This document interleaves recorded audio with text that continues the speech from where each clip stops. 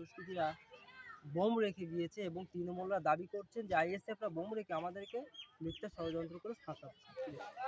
বিষয়টা হচ্ছে কি দেখেন, এই যে দোকানটা প্রায় 2 বছরের অধিক পড়ে আছে, আর এটা ভাঙড়ে যেটা শওকত মোল্লা করতে চাইছে, পঞ্চায়েত ভোট থেকে শুরু করে এখনও পর্যন্ত তৃণমূলের যে হারমাত বাহিনী, তারা প্রত্যেক জায়গায় রাতের অন্ধকারে কারুর বাড়ির মধ্যে, কারুর দোকানে, কারুর রাস্তার ধারে দিয়ে মানুষকে ফাঁসানোর চেষ্টা করে।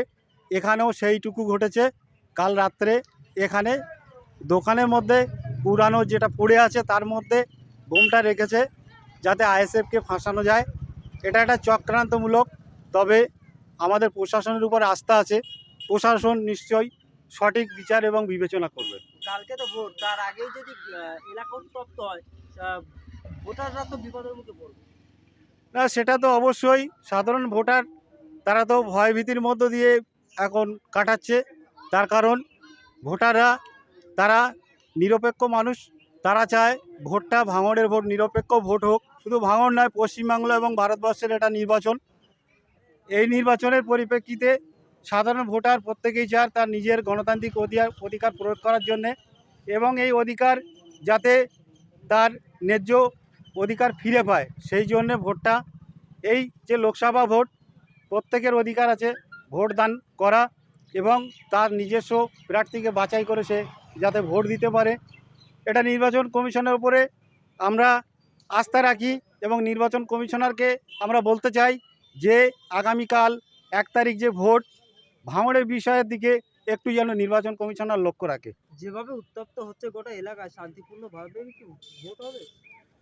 যদি নির্বাচন কমিশনার এবং প্রশাসন মনে করে তাহলে সেক্ষেত্রে ভাঙড়ে শান্তিপূর্ণ ভোট হবে। আর প্রশাসন, নির্বাচন কমিশনার যদি আজকে এখানে যে সরকার আছে টিএমসি সরকার, তাদের কাছে যদি বিক্রি হয়ে যায় তাহলে ভোটটা নিরপেক্ষ হবে না। এটা আমি বলবো প্রশাসন এবং নিরপেক্ষ নির্বাচন কমিশনারকে, যাতে সাধারণ মানুষের অধিকার, সাধারণ মানুষ যেন ভোটটা দিতে পারে, আমরা বারবার অনুরোধ করব।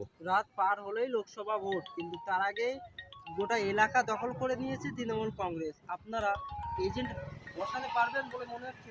কি আপনারা?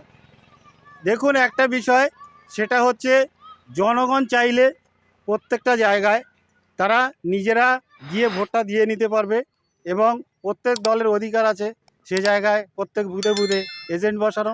সেই ক্ষেত্রে আমার দল অবশ্যই বুথ কেন্দ্রে যাবে এবং এজেন্ট বসাবে। জেতার সম্ভাবনা কতটা? এটা জনগণের উপরে আমাদের আস্থা আছে।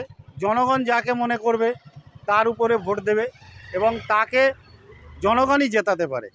আমরা যদি মনে করি যে ভোটটা আমাদের নুর আলম মহাশয় জিতবে, সেটা তাহলে ভুল হবে। তার কারণ এটা আমরা জনগণের উপরে বিশ্বাস করি, ভোটটা জনগণই দেয়। আমার নাম শরীফুল মল্লিক, আমি 148 এই বুথের পঞ্চায়েত সদস্যর স্বামী।